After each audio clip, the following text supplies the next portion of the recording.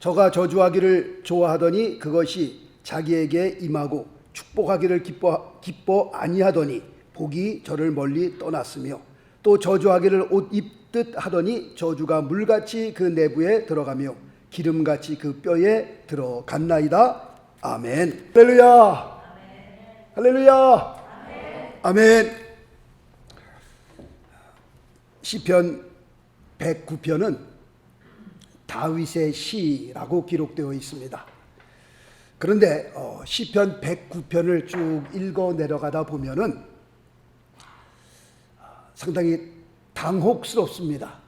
왜냐하면 시편 109편을 쭉 읽어 내려가다 보면 입에 담기조차 힘든 저주의 말들이 기록되어 있기 때문에 그렇습니다.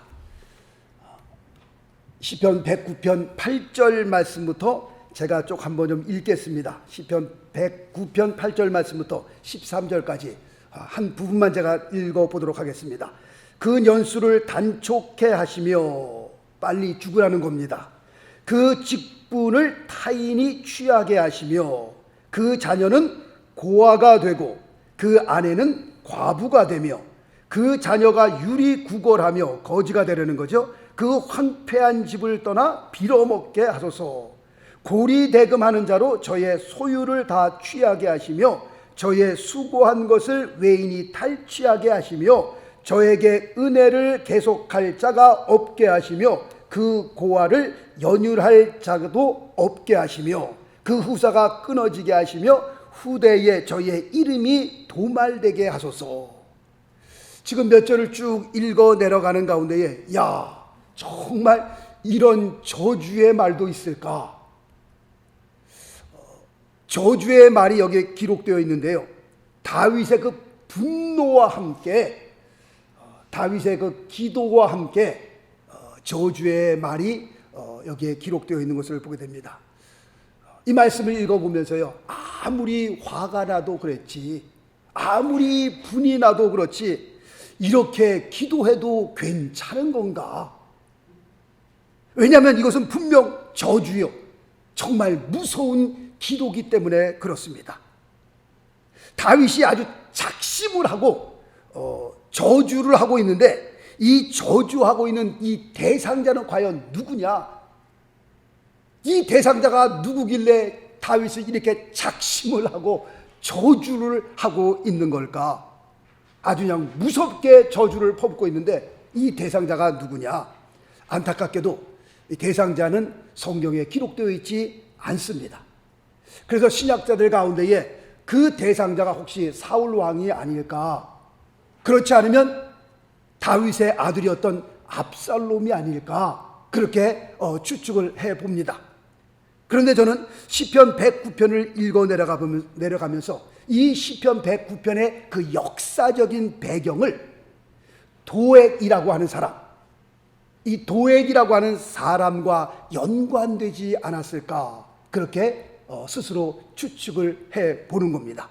우리가 다 알고 있는 것처럼 사울 왕은 다윗을 시기하여 그를 죽이려고 혈안이 되어 그를 찾고 있습니다. 다윗은 자기의 장인 어른이요, 이스라엘의 초대왕이었던 사울이 자기를 죽인다는 것을 알고 조금이라도 안전한 곳을 찾기 위해서 다윗은 사방을 헤매고 다니고 있습니다. 이런 가운데에 다윗이 잠깐 노비라고 하는 곳에 머무르게 됩니다. 이 노비라고 하는 곳은 예루살렘 바로 위쪽에 있는 작은 마을입니다. 그 마을에 잠깐 들리게 되는데 거기에 계신 그 아히멜렉이라고 하는 제사장이 다윗에게 먹을 것을 주고 그 다음에 골리앗에게 뺏었던 그 큰 칼 있잖아요. 그 칼을 다윗에게 주게 됩니다. 그런데 문제는 도액이라고 하는 사람이 이것을 알고 사울왕에게 가서 이것을 고하게 됩니다. 그리고 사울왕은 노발대발하고 아비멜렉 제사장뿐만 아니라 그곳에 있는 모든 제사장들을 다 불러 모읍니다. 그리고 다윗을 도와주었다는 그 이유 하나 때문에 그 신하들에게 명을 내립니다. 저 제사장들을 다 칼로 죽여라. 그랬을 때에 그 신하들이 하나님의 사람이요, 하나님 앞에 기름 부음 받은 제사장들을 칼로 다 죽일 수가 없는 겁니다. 너무 무서운 겁니다. 하나님의 제사장들을, 하나님의 사람들을 칼로 죽인다는 게 이게 두려워서 죽일 수가 없는 겁니다. 왕의 명령이었음에도 불구하고 감히 칼을 들어서 하나님의 사람들을 죽일 수가 없었던 겁니다. 이때 도액이라고 하는 사람이 칼을 들어 하나님의 기름 부은 제사장들 85명을 다 칼로 죽이게 됩니다. 그리고 이 사건은 여기서 끝나는 것이 아니라 그 다음에 그 성에 있는 남녀와 아이들과 젖먹이는 아기들까지 다 칼로 모조리 다 죽입니다. 아주 몰살을 합니다. 그것도 부족해서 그곳에 있는 소, 나귀, 양까지 다 죽여버리게 됩니다. 이런 가운데에 한 사람이 이 가운데에 도망쳐 나오는데 그 사람이 누구냐? 제사장 아히멜렉의 아들이었던 아비아달이었습니다. 아비아달이라는 사람이 몰래 도망쳐 나와 다윗에게로 달려가게 됩니다. 그리고 다윗에게 이 모든 사실들을 다 고하게 됩니다. 지금 이런 사건이 벌어지고 있습니다. 그리고 이때 이런 배경으로 쓰여진 시편이 바로 시편 109편이었습니다. 자, 우리 5절 말씀 볼까요? 5절 말씀에 보니까 나는 사랑하나 저희는 도리어 나를 대적하니, 5절 말씀, 저희가 악으로 나의 선을 갚으며 미워함으로 나의 사랑을 갚았사오니.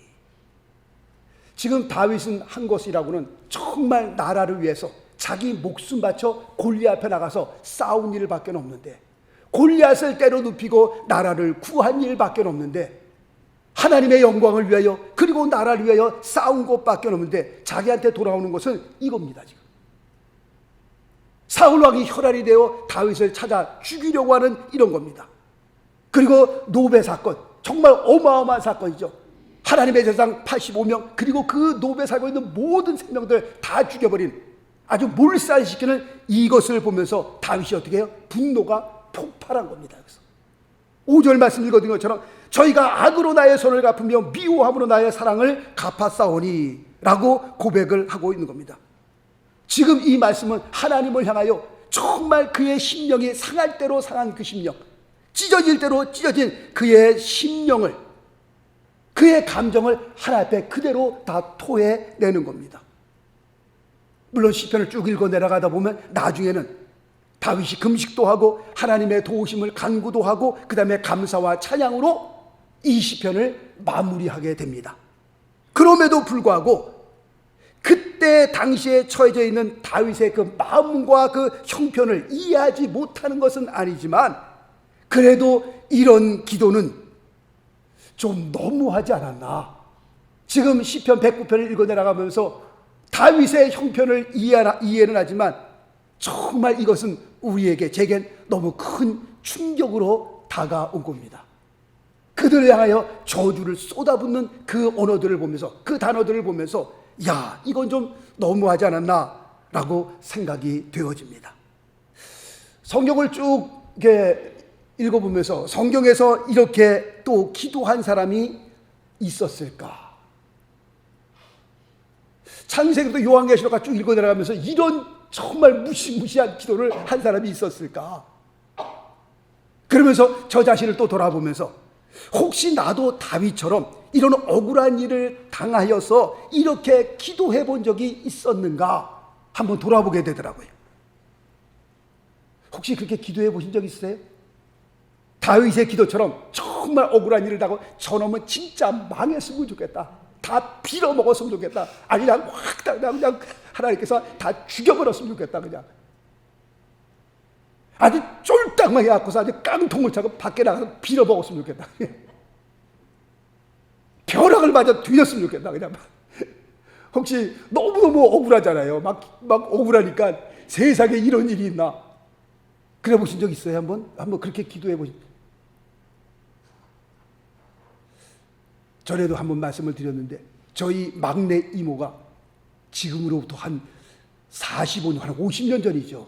아주 친한 사람이 급하게 돈을 꿔달라고 그래갖고서 그때 당시에 2만 불을, 지금도 2만 불은 큰 돈인데 그때 당시에 약 50년 전에 2만 불을 그냥 무슨 아무 서류 같은 것도 사인도 없이 그냥 너무너무 친하니까 캐시로 그냥 2만 불을 꿔줬단 말이에요. 그런데 저희 이모도 잘못한 게 이자 받아 먹으려고 또 이자 준다니까 2만 불에 대한 이자를 매달 준다니까 다 갚을 때까지 그 이자 받아 드시려고 2만 불을 꿔줬단 말이에요. 첫 번째 달 이자 주고 두 번째 달 이자 받고 아주 재미가 쏠쏠하죠. 이자 받으니까. 그런데 세 번째 달에 이자가 와야 되는데 이자가 안 오는 거예요.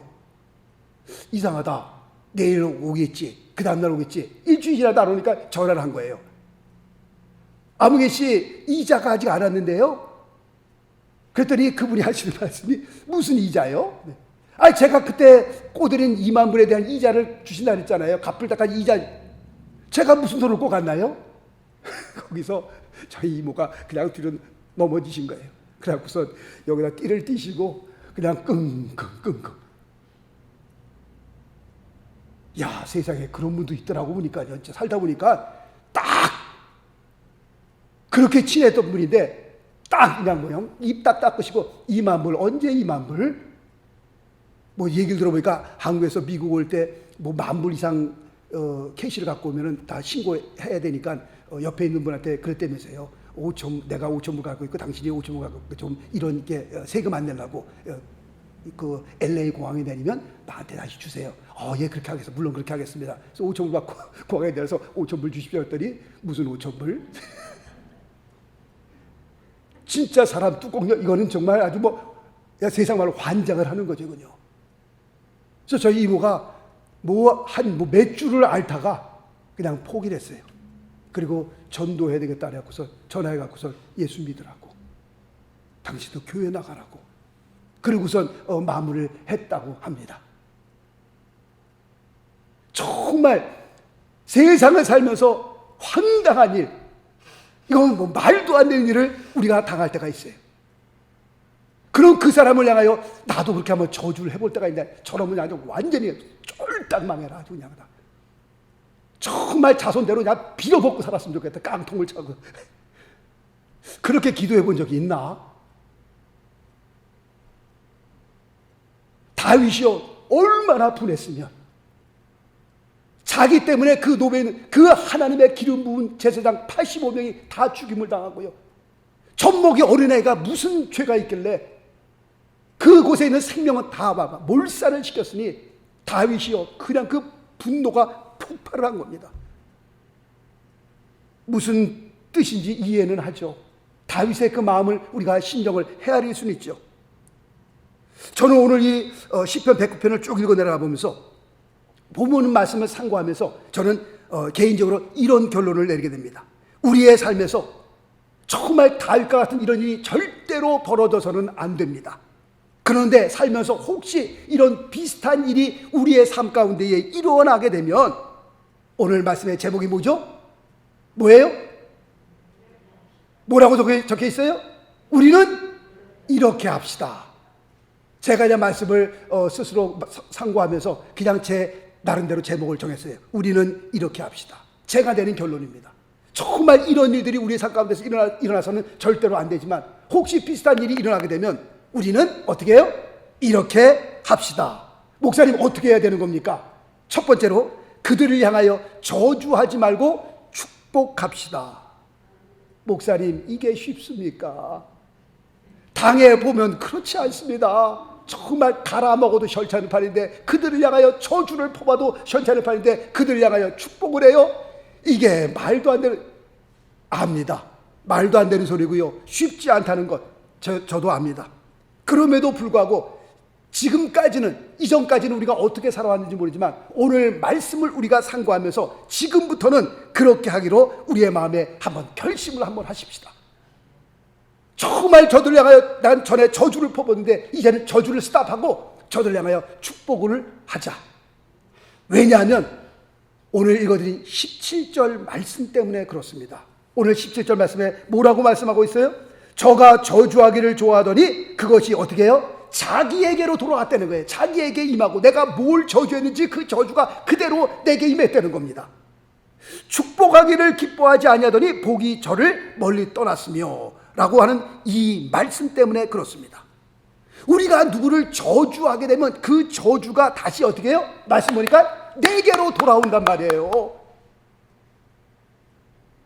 그때 당시에는 뭐 속이 시원할지 모르죠. 막 저주를 퍼붓고 그냥 막 쌍소리를 해두면 그때 당시에는 마음이 좀 후련할지 모르지만 그 내 입에서 나간 저주가 어떻게 해요? 다시 돌아서 내게 온다라고 성경은 가르쳐 말씀하고 있습니다.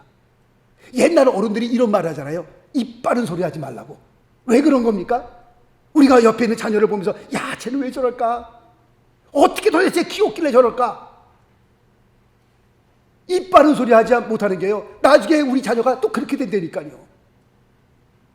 옆에 사람을 보면서 왜 저 사람은 저렇게 살까? 왜 저럴까? 막 얘기하지만 그 흉을 보는 그 사람처럼 우리가 나중에 될 수도 있다니까요. 그러니까 우리가 지금 어떤 상황을 보든지 옛 어른들의 말이 맞는 거예요. 입 바른 소리 하지 말라는 거예요. 왜냐하면 우리의 삶도 장담할 수 없기 때문에 그렇습니다. 부메랑이라는 거 있잖아요. 부메랑. 기억자로 돼갖고선 옛날엔 뭐 17세기, 18세기 무기를 썼던 거 쫙 던지면 그게 쫙 돌아갖고 다시 나한테 이렇게 오잖아요. 부메랑이라고 있습니다. 똑같은 원리입니다. 내가 남을 저주하게 되면 저주한 그 저주가 다시 돌아서 내게 온다는 거예요. 내가 억울한 일을 당할 때 그를 향하여 저주를 퍼부어도 전차를 파는데 그를 향하여 축복해요? 오늘 17절 말씀 때문에 그렇습니다. 물론 힘들 줄 알지만 그럼에도 불구하고 그 사람을 향하여 우리가 축복해야 된다라고 성경은 가르쳐 말씀하고 있는 겁니다. 우리가 누구를 향하여 축복하기를 기뻐하지 않잖아요? 그럼 오늘 17절 말씀이니까 그 축복이 어떻게 해요? 나에게서 떠나간단 말이에요. 나에게서. 그러므로 무슨 일이 있어도 우리의 삶에 있어서 뭐 하는 일은 없어야 돼요? 저주하는 일은 없어야 돼요. 저주하는 일만큼은 없어야 돼요. 왜 그런 겁니까? 내 입에서 나간 저주가 다시 나에게로 돌아오기 때문에 그런 겁니다. 그러므로 무슨 일이 있어도 우리 입에서는 뭐가 나가야 되는 거예요? 축복이 나가야 되는 거예요. 왜 그런 겁니까? 그 축복이 다시 나에게로 돌아오기 때문에 그렇습니다. 말씀 볼까요? 마태복음 10장 12절 13절. 또 그 집에 들어가면서 평안하기를 빌라 그 집이 이에 합당하면 너희 빈 평안이 거기 임할 것이요. 만일 우리가 빈 평안이 그 집에 합당치 아니하면 어떻게 되는 거예요? 그 평안이 너희에게 돌아올 것이니라. 그러므로 우리는 무조건 뭐만 하면 되는 거예요? 축복만 하면 되는 거예요. 우리가 축복할 때 옆에 사람이 쿡 찌르면서 이 집을 축복하면 어떻게 해? 이 집은 망해야 될 집이 아니야. 아니요. 무조건 축복하는 거예요. 무조건. 우리가 무조건 축복하면 그 축복이 그 집에 합당하면 거기 임할 것이고 합당치 아니하면 하나님께서 돌이켜서 부메랑처럼 누구에게로 돌아가는 거예요? 나에게로 돌아오는 거예요. 만약에 그 사람이 그 축복받을 그릇으로 합당하면 그냥 내가 빈 복이 거기에 머물게 되지만 그렇지 않으면 나한테로 돌아온다는 거니까요. 그러므로 무조건 우리는 뭐만 하면 되는 거예요? 축복만 하면 되는 거예요. 축복만. 할렐루야. 축복하는 거예요. 축복. 무조건 축복만. 복음성가에 보면요, 축복합니다. 주님의 이름으로 축복합니다. 주님의 이름으로 God bless you. God bless you. 축복합니다. 주님의 이름으로. 그렇게 살아야 돼요. 우리 입에서 특히 전능하신 하나님을 믿는 우리 하나님의 자녀, 우리 크리스찬의 입에서는 어떻게 해요? 축복만 나가야 돼요. 축복만.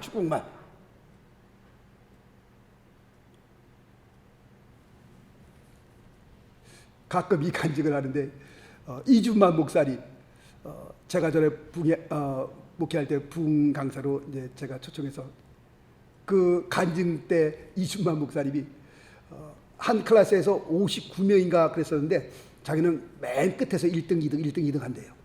그러니까 성적표만 받아오면 아버지가 미제깡통으로 자기를 그렇게 머리를 때린대요. 그럼 울면은 엄마가 자기를 껴안고서 그런다고 그래요. 얘가 어떤 애인데 미제깡통으로 자꾸 이렇게 머리를 때리나. 얘가 앞으로 그 옛날에 그 먹기 살기도 힘든 그때에 전 세계를 다니면서 복음을 증거해야 될 하나님의 종인데 하나님의 종을 이렇게 자꾸 미제깡통으로 머리를 때리면 어떡하나. 그렇게 목사님 어머니의 기도가 지금도 그렇게 매 꼭지에서 1, 2등 1, 2등 1, 2등 그런 애를 품에 안고서 그렇게 축복 기도를 한대요. 그런데 한국에서 정말 유명한 분강사 아니겠어요? 한국 기독교사에 또 그냥 아주 굵직한분으로 올라섰잖아요. 그분이 기독교사에 또 미친 영향도 대단하잖아요. 무조건 어떻게 해요? 마음에 안 들어도 축복해. 축복. 제 친구 목사님 어머님이 평양도 분입니다. 하여튼 욕을 하는데요. 평양도 분들 그 욕을 어떻게 그런 욕을 햇바닥 껍질을 벗겨서 태양에 말려주길 놈이다. 야, 난 세상에. 그러면서 제 친구 목사가 그래요. 야, 서 목사 이런 욕 들어봤어? 햇바닥 껍질을 벗겨 태양에 말려주길 놈이래. 난 세상에 그 욕만 들으면 막 아니 욕을 해도 자기 자식한테 어떻게 그런 욕을 합니까? 어떻게 혓바닥 껍질을 벗겨 태양에 말려주게요? 마음은 그렇지 않더라도 어떤 부모님들이 자녀들 향해서 막 화가 날 때 막 그냥 욕을. 지금까지 우리가 어떻게 살았는지 모르지만 여태까지 저주를 우리가 퍼붓는 그런 삶을 살았다면 이제 스탑. 우리는 이제 이렇게 합시다. 입에서 나오는 그 입 축복으로 시작합시다. 무조건 축복. 무조건. 왜냐하면 그 축복이 거기에 합당치 않으면 나에게 돌아오기 때문에 그렇습니다. 자, 우리 성경 로마서 12장을 한번 가볼까요? 로마서 12장 14절 말씀부터 한번 보겠습니다. 로마서 12장 14절 말씀부터 제가 한번 쭉 마지막 절까지 읽겠습니다.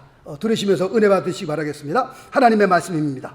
로마서 12장 14절 너희를 핍박하는 자를 축복하라. 축복하고 저주하지 말라. 즐거워하는 자들로 함께 즐거워하고 우는 자들로 함께 울라. 서로 마음을 같이하며 높은 데 마음을 두지 말고 도리어 낮은 데 처하며 스스로 지혜 있는 채 말라. 아무에게도 악으로 악을 갚지 말고 모든 사람 앞에서 선한 일을 도모하라. 할 수 있거든 너희로서는 모든 사람으로 더불어 평화하라. 내 사랑하는 자들아 너희가 친히 원수를 갚지 말고 진노하심에 맡기라. 기록되었을 때 원수 갚는 것이 내게 있으니 내가 갚으리라고 주께서 말씀하시느니라. 내 원수가 줄이거든 먹이고 목마르거든 마시우라. 그리함으로 내가 숯불을 그 머리에 쌓아 놓으리라. 악에게 찌지 말고 선으로 악을 이기라. 아멘. 아멘이시죠? 원수를 향하여 저주하지 말고 축복하라는 겁니다. 기도해 주라는 겁니다. 평안을 빌려는 겁니다. 이것이 다 누구를 위한 거예요? 사실 나를 위한 거예요. 나를 위한 거. 스데반 집사가 복음을 전하다가 돌에 맞아 죽잖아요. 피를 토하면서 순교하는 그 장면에 말씀 볼까요? 사도행전 7장 60절에 이렇게 고백하고 있습니다. 무릎을 꿇고 크게 불러 가로되 주여 이 죄를 저들에게 돌리지 마옵소서. 이 말을 하고 자니라. 멋있잖아요. 정말 자기를 죽이는 자를 향하여 그들을 축복하고 그들을 용서하고 저주 대신 축복하기로 마음의 결심을 가지십시다. 저주 대신에 용서하기로 우리의 마음에 결심하십시다. 분명 하나님께서 반드시 우리에게 갚아주시고 보상해 주실 줄로 믿습니다. 무엇보다도 입에서 나간 그 저주가 다시 내게로 돌아오고 입에서 나간 그 축복이 다시 내게로 들어오기 때문에 그렇습니다. 우리의 삶 가운데 억울한 일이 일어났다면 그 일 때문에 상대방을 저주하지 말고 어떻게 해요? 축복하기로 마음에 결심하십시다. 아멘?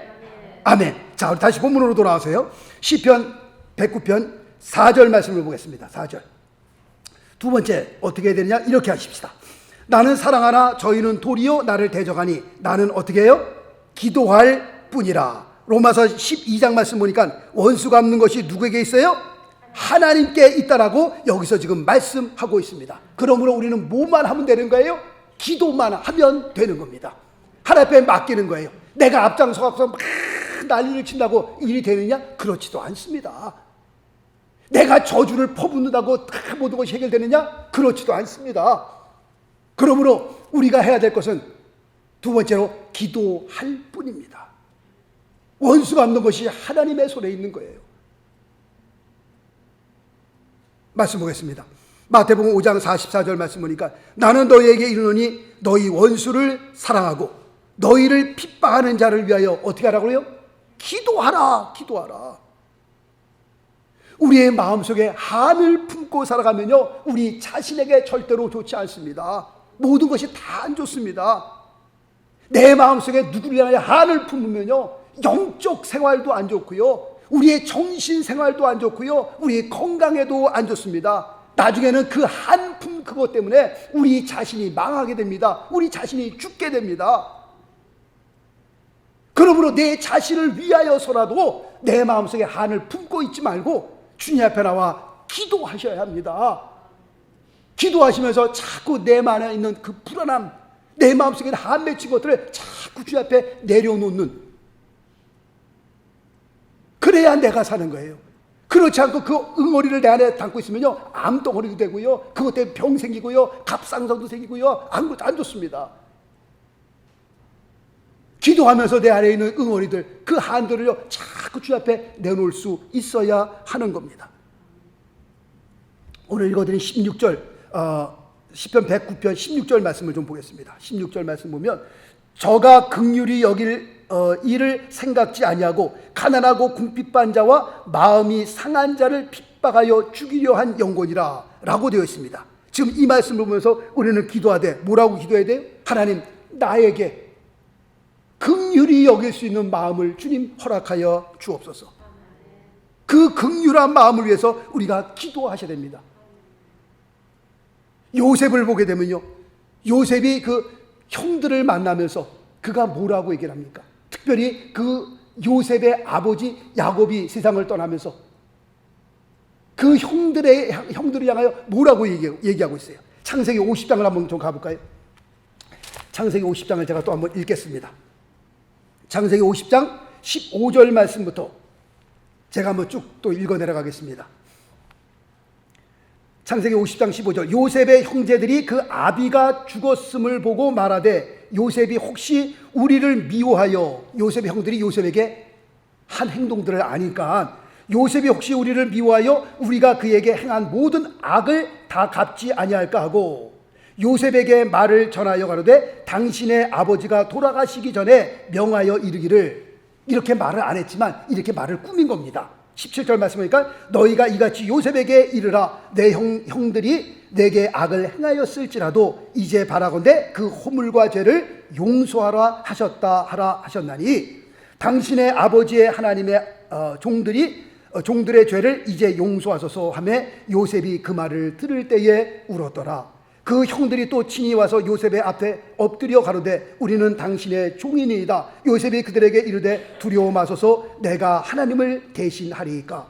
당신들은 나를 해하려 하였으나 하나님 그것을 선으로 바꾸사 오늘과 같이 만민의 생명을 구원하게 하시려 하셨나니 당신들은 두려워 마소서, 내가 당신들과 당신들의 자녀를 기르리이다 하고 그들을 간곡한 말로 위로하였더라. 아멘. 야, 요셉 정말 멋있는 사람이죠. 자기를 죽이려고 했던 그 형들을 향하여서 그들을 품고 용서하고 걱정하지 마옵소서, 내가 하나님을 대신하리니까 내가 당신과 당신들의 자녀를 키우리이다. 멋있잖아요. 그들을 향하여 저주를 퍼부어도 모자를 판인데 자기를 죽이려고 했던 사람들인데요, 하나님께서 요셉에게 긍휼을 베풀어 주시니까 하나님께서 긍휼을 베푸시는 그 마음을 가지고 그들을 품잖아요.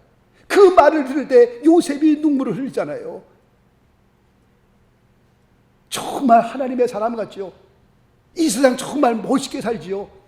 저는 궁금했던 것이요, 거짓말로 요셉에게 누명을 씌워가지고 요셉을 감옥에 넣었던 보디발의 아내 어떻게 되었을까? 전 궁금해요. 사실 요셉이 애굽의 총리로 되었을 때 그 여인을 불러다가 능지처참을 하고 그냥 나도 감옥에 들어갔는데 너도 한번 감옥에 들어가 봐라, 아주 그냥 고소하다, 그냥 뭐 그런 장면이 나올 줄 알았는데 전혀 없어요. 장면이 전혀 그 보디발의 그 아내에 대한 그 얘기가 전혀 없어요. 제가 믿기로는 하나님의 사람 요셉이 그 여인도 어떻게 해요? 용서하신 거예요. 용서한 거예요. 그를 품은 겁니다. 하나님께서 긍휼을 베풀어 주시니 그 긍휼로 말미암아 그 여인까지 다 용서하신 걸로 우리가 알고 있습니다. 자, 다시 한번 말씀을 드립니다. 꼭 기억하십시다. 우리의 삶에서 다윗과 같은 그 비슷한 일이 벌어지게 되면 우리는 어떻게 해야 되는 겁니까? 첫 번째 뭐예요? 저주하지 말고 어떻게 해요? 축복하자 하는 거예요. 목사님 힘들어요. 힘들어도 한번 그렇게 한번 해봅시다. 왜냐하면 그 내 입에서 나간 저주가 다시 나에게로 돌아오고 내 입에서 나간 축복이 다시 내게로 돌아오기 때문에 그렇습니다. 내게로 돌아올 그 저주를 보면서 그 내가 지금 당장 시원하다고 막 저주를 막 퍼부어요? 아니요, 그럴 수는 없는 겁니다. 내 입에서 나간 그 저주 때문에 내 자손들도 잘못될 수 있는 거예요. 그러므로 좀 힘들지만 어렵지만 그럼에도 불구하고 나를 해코지한 그들 향하여 어떻게 해요? 저주하지 말고 어떻게 해요? 축복하기를 원합니다. 할렐루야. 우리의 남은 생에 한번 그렇게 살기로 마음에 결심해 보십시다. 그리고 두 번째는 나는 뭐 할 뿐이다? 기도할 뿐이다. 기도. 이 두 가지 사실을 우리가 기억하십시다. 정말 우리가 이 세상 살면서 왜 억울한 일을 안 당했어요? 왜 힘든 일이 없겠어요? 정말 저 사람이 왜 나한테 이럴까? 나는 선을 베푸는데 왜 그 선을 악으로 갚을까? 그런 사람들이 왜 없겠냔 말이에요. 정말 눈에 가시 같고요, 막 정말 죽이고 싶은 사람이 왜 없겠냔 말이에요. 그러나 오늘 시편 109편 말씀을 보면서 정말 하나님 우리의 삶에 긍휼을 베풀어 주옵소서. 긍휼을 베풀어 주시사 저주하지 않고 축복하게 하옵소서. 두 번째는 기도할 수 있는 기도의 영을 주옵소서. 기도함으로 말미암아 내 안에 있는 이 응어리들을 다 새기게 하시고 나의 안에 있는 그 짐들을 주님 앞에 내려놓을 수 있는 그런 은혜를 하나님 입혀 주옵소서. 우리가 그렇게 기도하시면서 한평생 정말 복된 삶을 살 수 있기를 바라겠습니다. 그렇게 우리의 삶이 세워질 수만 있다면 하나님께서 우리의 삶의 은혜를 베푸시고 또한 우리의 삶뿐만 아니라 우리의 자손들에게도 우리의 자녀들에게도 하나님께서 축복해 주실 줄로 믿습니다. 할렐루야. 기도하겠습니다.